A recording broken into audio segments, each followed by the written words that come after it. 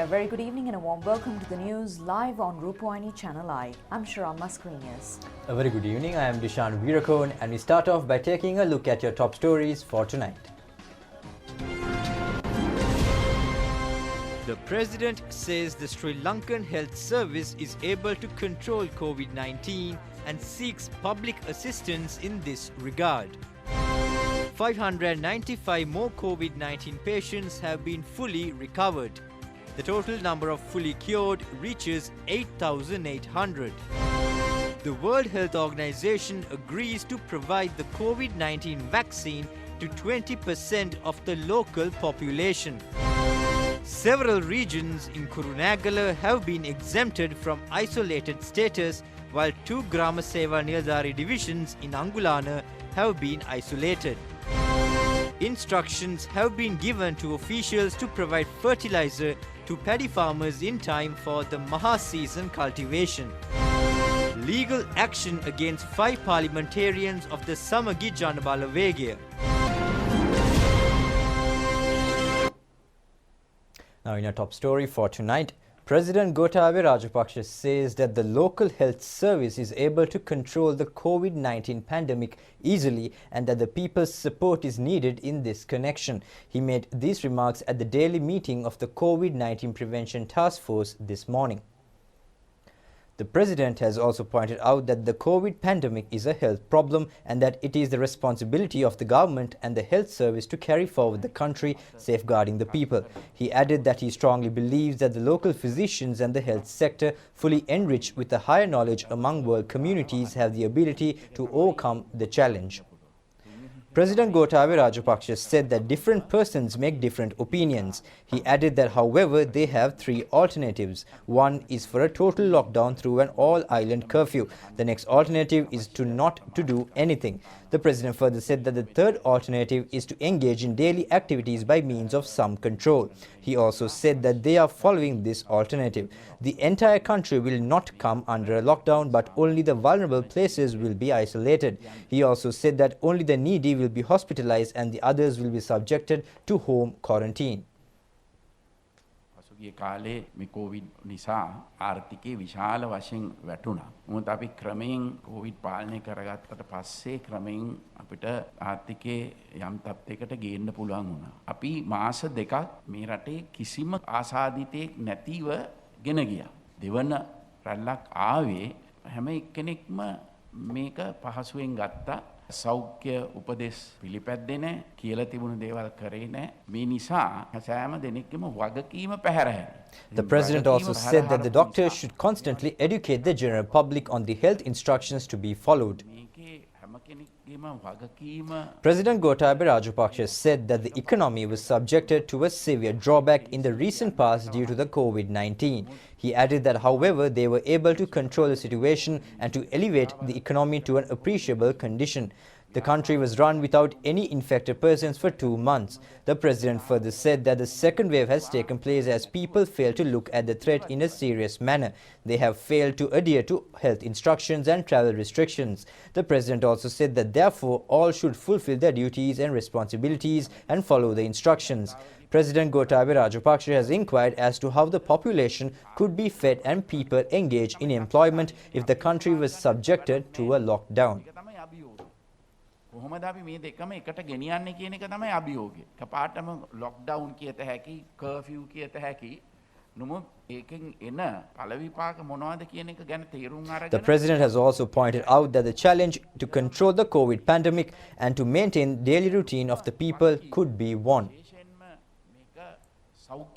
President Gotabaya Rajapaksa said that we must always look at the problem through the people's angle. The challenge is to control the situation while maintaining daily activities. He further said that the biggest challenge faced by the authorities is to overcome the challenges by realizing the effects of the imposition of curfews. The President added that if this was a terrorist problem, he could have resolved it easily. But in this instance, the biggest responsibility lies with the Health Division. The President further said that the health authorities should ponder and bring out a wholesome resolution. Ministers Pavitra Vanyarachi and Kelia Rambukwella and Parliamentarian Madhura Vithanage, President's Secretary P. Vijayasundara, President's Chief Advisor Lalit Veeratunga and members of the COVID Task Force have also attended the discussion. Now, in more local stories here at home, the number of patients fully recovered from the COVID-19 disease has increased to 8,880. The epidemiology unit says another batch of 595 fully cured patients have left hospitals today. 158 persons undergoing treatment at COVID-19 intermediate treatment centres in Valikanda in Polonnaruwa, Punani and Gallala have left the centres upon full recovery. They are residents of Colombo, Gampaha, Mullaitiva, Kegalle and Badul districts. Director of the Kegalle General Hospital, Dr. Mihiri Priyangani, says that another batch of 75 persons at the COVID-19 treatment centre in Pinnavala have been fully recovered and left the centre. So far, 118 fully cured persons have left. 158 persons are continuously receiving treatment. 3,571 COVID-19 patients have fully recovered in the past 7 days alone and left hospitals. The highest number of discharges were reported on the 5th of this month, which amounted to 765. 562 fully cured COVID-19 patients left yesterday and a further batch of 595 fully cured patients left today. 172 COVID-19 infected persons were found today. They were close associates of the Paliagoda COVID cluster. Also, 595 fully recovered patients have left the hospitals today. The World Health Organization has agreed to provide the COVID-19 vaccine to 20% of the local population. WHO resident representative Dr. Rasia Pense has given this assurance at a discussion at the Ministry of Health today, presided over by Health Minister Pavitra Wanyarachi. The minister has taken measures on this occasion to appoint a special committee to look into the procurement of necessary funds to determine the groups eligible to receive the vaccine and also on the relevant physical resources management and receiving of information. State Minister Channa Jayasumana, Secretary of Health Major General Dr. Sanjeeva Munasinghe and Director General of Health Services Dr. Asela Gunawardena were among those who have attended the meeting. Commissioner General of Prisons Tushara Upuldenia says 99 inmates of the Valikada prison were infected with COVID-19. The names of 424 police officials who have contracted the COVID-19 disease have been reported. 145 of them have been assigned to the Police Special Task Force. Director of the Lady Ridgeway Children's Hospital, Dr. G. Vijay Surya, says that 6 members of the staff of the hospital have also contracted the disease. Recently, it has been detected that 30 children and 12 mothers undergoing treatment at the hospital were also infected.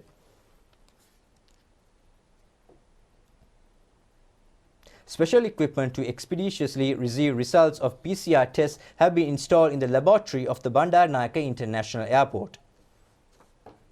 Chairman of the Sri Lanka board says 7 employees of the board were also infected with the COVID-19 disease.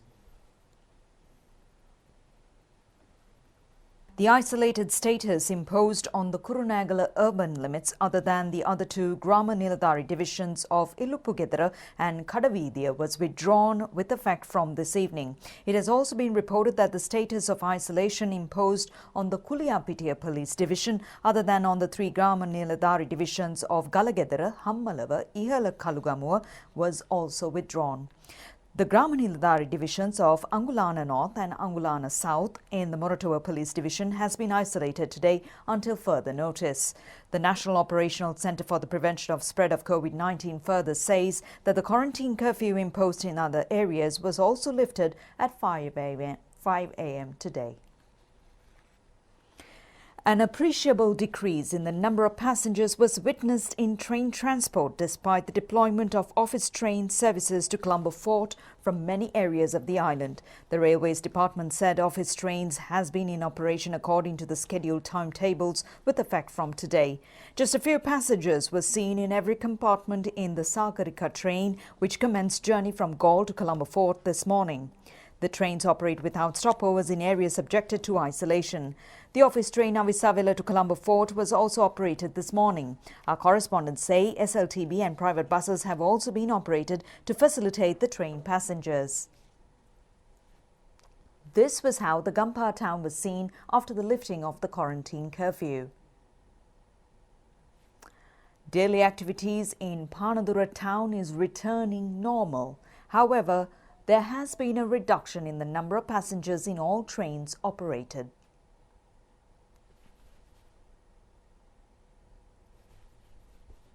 A bus service has commenced for the benefit of passengers leaving out station from Colombo Central Bus Stand upon lifting curfew.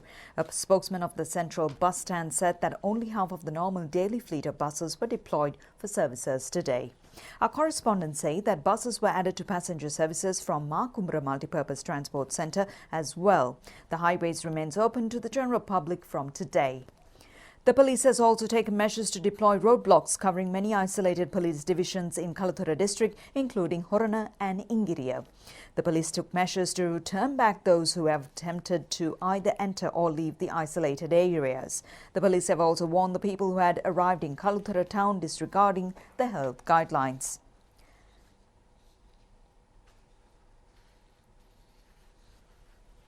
The attendance of employees in the government offices in the Western Province where a curfew has been withdrawn was at relatively low level. The government was informed the heads of the relevant institutions to call for service only a minimum staff to maintain duties under protective health conditions. The police and the relevant health divisions have enlightened the general public in many areas on how to follow the health guidelines. The security divisions have also taken measures to turn back vehicles and persons arriving in Nuwara district other than those coming from essential services.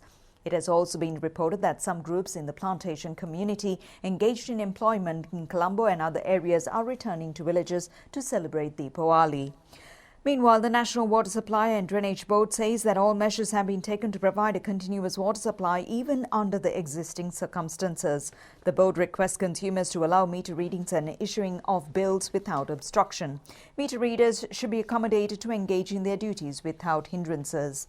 Although the curfew has been completely withdrawn in the Colombo district, the areas in Mattakuliya, Modara, Blumendal, Kotahena, Grand Pass and Foreshore police divisions will be continued to be isolated. Also, on the Rupavahini, Maligawatha, Dematagoda, Vellampitiya, Borella and Keselwatha police divisions will be isolated as well. The Grama Niladhari divisions of Angulana North and Angulana South in the Moratuwa police division have been isolated this evening.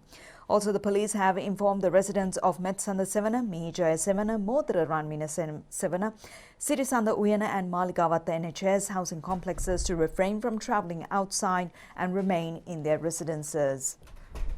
In the meantime, Wattala, Paliyagoda, Kadawatha, Ragama, Nigambo, Pamanugama, Jaila and Sapugaskanda police divisions in Gampa district have also been isolated. Horana Ingiriya police divisions and Vakanda West Grama Niladhari divisions in Kalathura district will continue to be isolated. Kurunagala urban limits and Kuliyapitiya police divisions in Kurunagala district will also be isolated. Meanwhile, the Mavanella and Ruanwela police divisions in Kekal district will be further isolated. 51 Grama Niladhari divisions in the Ruanwela police divisions have been isolated since dawn today.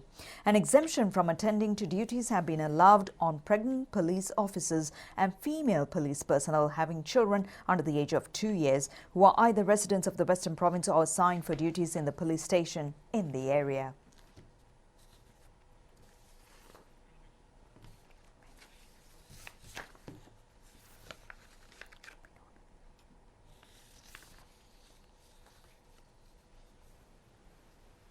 In the meantime, Chairman of the Presidential Task Force on Economic Revival and Poverty Alleviation, Basil Rajapaksa, has instructed officials to take measures to provide the necessary fertilizer requirements to the paddy farmers in time for the Maha season.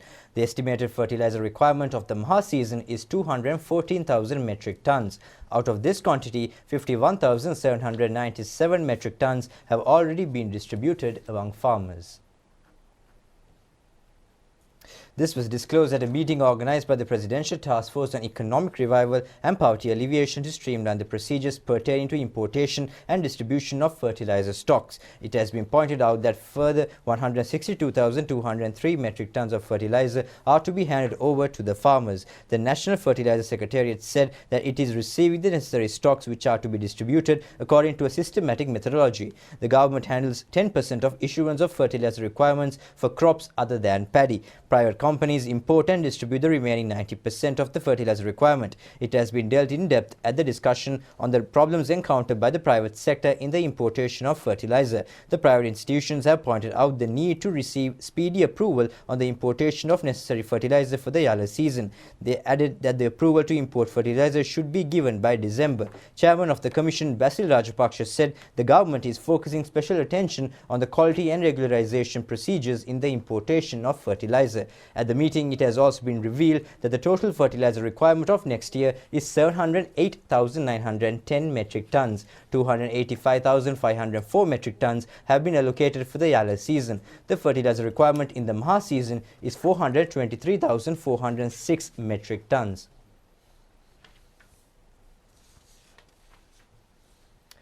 Now, new Air Force Commander Air Marshal Sudarshana Pathirana has met Prime Minister Mahinda Rajapaksa at the Prime Minister's office residence today. This was the first occasion of the new Commander-in-Chief officially meeting the Prime Minister since assuming duties in the new post. The Prime Minister has extended best wishes to the Air Force Commander and inquired on the current security situation in the country and also on the present role of the Sri Lanka Air Force. Air Marshal Sudarshana Pathirana has responded saying that he believes that he has the ability to bring forward the SLAF to suit to the needs of the new world and to discharge unfailingly the national responsibilities entrusted upon them. The Prime Minister has appreciated the task of the Sri Lanka Air Force to relieve the masses from the COVID-19 pandemic.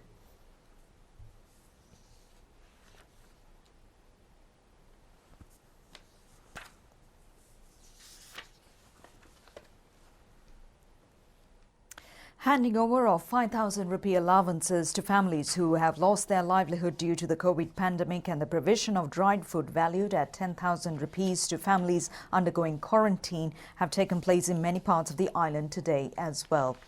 People in the Kotikavatamul area of Pradesh Sabha division who has been deprived of their sources of income were given the 5,000 rupee allowance this morning. The event has been carried out through participation of Grama Niladaris and some of the officials. Dried food sacks valued at 10,000 rupees was distributed among 1,073 families in the Trincomalee district today. Regional political authority and government officials have participated in the inauguration ceremony commenced in Kantale town. Another stage of program to provide 10,000 rupee dried food packages to quarantine families in Balapitiya Divisional Secretariat Division got underway. Accordingly, dried food valued at 5,000 rupees sufficient for a period of 1 week was presented. 308 families in Balapitiya and 12 families in Adadola are undergoing quarantine.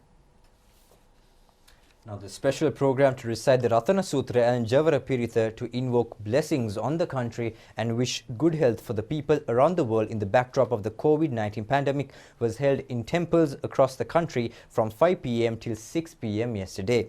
The meritorious event has been organized under the instructions of Prime Minister Mahinda Rajapaksa. Blessings programs were conducted in sacred places of other religions as well in parallel to this event.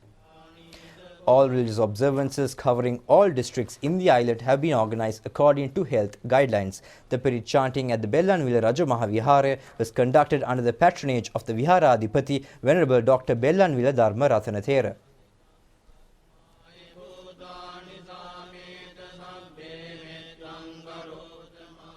A Pirit recital has also taken place at the Kirivandeniya Purana Viharasthana in Kagol under the patronage of Upapradhana Sanganayaka of the Satara Korale and Chief Incumbent of Naram Badda Vihara, Venerable Dunukevatte Sila Vimalathera. The sacred and extraordinary Maharatana Sutra was chanted in front of the Matara sacred Bodhi tree as well. The Pinkama was conducted through the initiatives of the Matara Bodhi Arakshaka Sabha and Vihara Adhikari of Matara Hittatiya Rajamahavihara, Venerable Agrahare Kassapethera. Recital of Ratana Sutra was also held at the Kanda Vihara in Alugama with wishes of elimination of the coronavirus from the motherland. Chief Incumbent of Kanda Vihara, Venerable Kokavita Vipulasathera, has given patronage to the sacred event. Another location where the sacred Ratana Sutra was recited yesterday was the Kachivatta Purana Vihara in Magalla, Gaul. The Mahasangha, headed by Chief Incumbent of the Ratnapura Sumana Mahavihara, Venerable Kongastanne Anandathera, have chanted the Maharatana Sutra at the Ratnapura Mahasaman Devala premises. Parivenadipati of the Diga Madula Sri Vidyananda Piriven Viharasthane in Ampara, Venerable Kirindivela Somaratanathera, has presided over the meritorious Pinkama at the Viharasthane where the sacred Ratana Sutra was recited. Programs aimed at blessing the entire world community from the rigors of the corona pandemic were conducted in sacred places of other religious beliefs. Prime Minister Mahinda Rajapaksa and Madam Shiranti Rajapaksa have attended an Ashirvada Puja at the Mayurapati Sri Bhadrakali Amman Kovil in Vellavatta. These religious observances were conducted according to the protective health measures. Maulavi H.M. Rizwan has conducted the Chief Islamic Religious Program in Kandy at the Mira Makkah Mosque.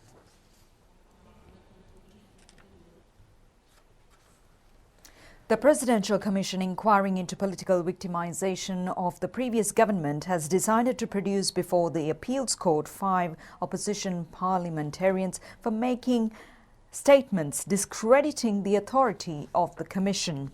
The parliamentarians accused in this connection are Harin Fernando, Nalin Bandara, J.C. Alawatuwala, Mayantha Disanayaka and Sujit Sanjaya. Chairman of the Commission, former Supreme Court Judge Upali Aberatna says, according to Clause 10 of the Investigation Commission and also according to Clause 105(3) of the Constitution, they will be directed to the Appeals Court for suitable action for making statements to the media defaming the Commission. An attorney appearing on behalf of the respondent said his clients do not accept electronic evidence. Chairman of the Commission replied that this was not a matter relevant to him. He added that according to the opinion of the Commission, the MPs have committed an offence. General Secretary of the Samagi Jana Balawege, Ranjit Madhuma Bandara, and several SJB parliamentarians were present before the Commission. And that's a wrap of tonight's primetime news. Until we meet again next time, do take care and good night.